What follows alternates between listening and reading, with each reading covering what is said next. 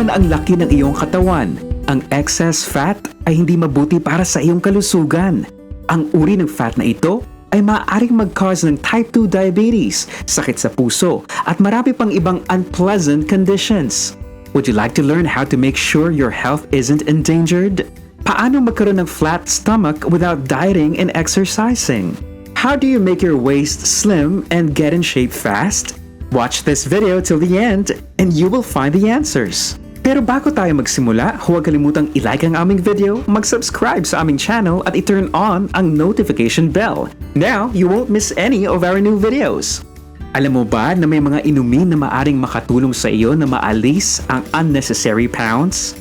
Ang isa sa mga inuming ito ay ang ginger tea. Kung uminom ka ng isang tasa sa umaga at isa pa or 2 tasa sa buong araw, makakatulong ito sa iyo na maabot ang nais na resulta. Paano makakatulong ang luya sa iyong mga gawain? Ang belly fat ay naipon dahil sa maraming kadahilanan. Labis na pagkain, stress, pagbabawas ng hormone na may kaugnayan sa edad, kakulangan ng ehersisyo. Mga benepisyong nakukuha sa luya.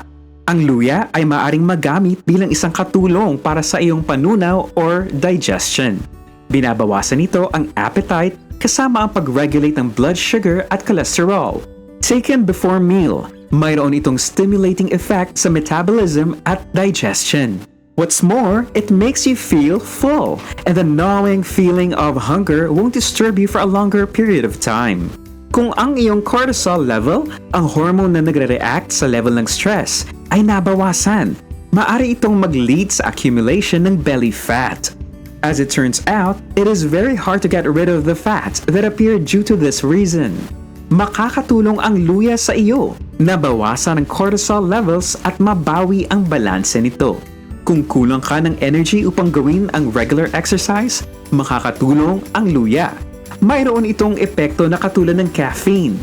Pinatataas nito ang iyong energy levels so it becomes easier for you to exercise efficiently.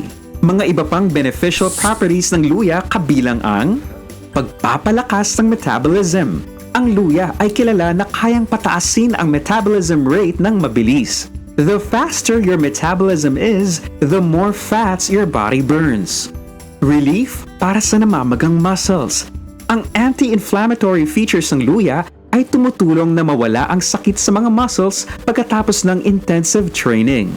Treatment sa iba't ibang uri ng nausea, morning and road sickness in particular, tulong sa osteoarthritis. Ayon sa pananaliksik sa 247 na tao na may osteoarthritis sa tuhod, ang mga pasyente na uminom ng ginger extract ay nakaranas ng konting sakit and required less pain medication.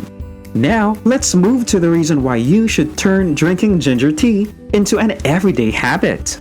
Number 9. Ang inuming ito ay nagpapabuti sa performance ng tiyan. Pinatataas nito ang pag-absorb ng pagkain, labanan ang constipation, at maiwasan ang paglaki ng tiyan. Number 8. Malaki ang maitutulong sa mga taong may problema sa respiratory system, tulad ng environmental allergies at living congestion during the coming colds. Number 7. Pinabubuti ng ginger tea ang sirkulasyon ng dugo. Sa makatuwid, pinababa ang chances ng cardiovascular diseases. Number 6. Pinapalakas ng inumin ang iyong immune system. Ito ay posible dahil sa mataas na antioxidant levels ng luya. Number 5. Pinapawi ng tea ang stress. Pinababa ng calming property nito ang stress at tensions due to a combination of the strong aroma and healing qualities. Number 4. Nakakatulong ito sa katawan sa pag-absorb ng nutrients. Number 3. Kung regular mo itong iinumin, tataas ang produksyon ng gastric juice. Number 2. Tumutulong ang ginger tea sa pag-manage ng glucose level sa iyong dugo. And last but not the least, Number 1. Ang inuming ito ay perfect kung nais mong mabawasan ang iyong timbang. How does it happen? Pinabibilis ng ginger tea ang regular movements ng iyong tiyan kasama ng malalaki at maliliit na bituka. Sa ganitong paraan, ang pagkain na iyong kinain ay pinoproseso ng mas madali, mas mabilis at mas mabuti. Surprisingly, pinatataas ng ginger tea ang temperatura ng iyong katawan and it's not a bad thing. Sa katunayan, pinatataas nito ang iyong metabolism at maaari kang mag-burn ng mas maraming fat. And once again, it makes you feel full. It's considered to be a great appetite suppressant.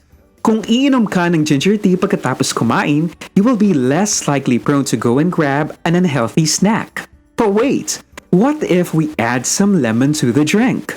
Oh, it's even better! Magagawa mong magkaroon ng flawless and smooth skin. Ito ay dahil sa mataas na vitamin content ng combination na ito.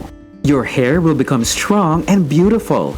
Ang lemon na sinamahan ng luya ay may maraming vitamin A at C na nagpapasigla sa pagtubo ng buhok. How to make lemon ginger tea?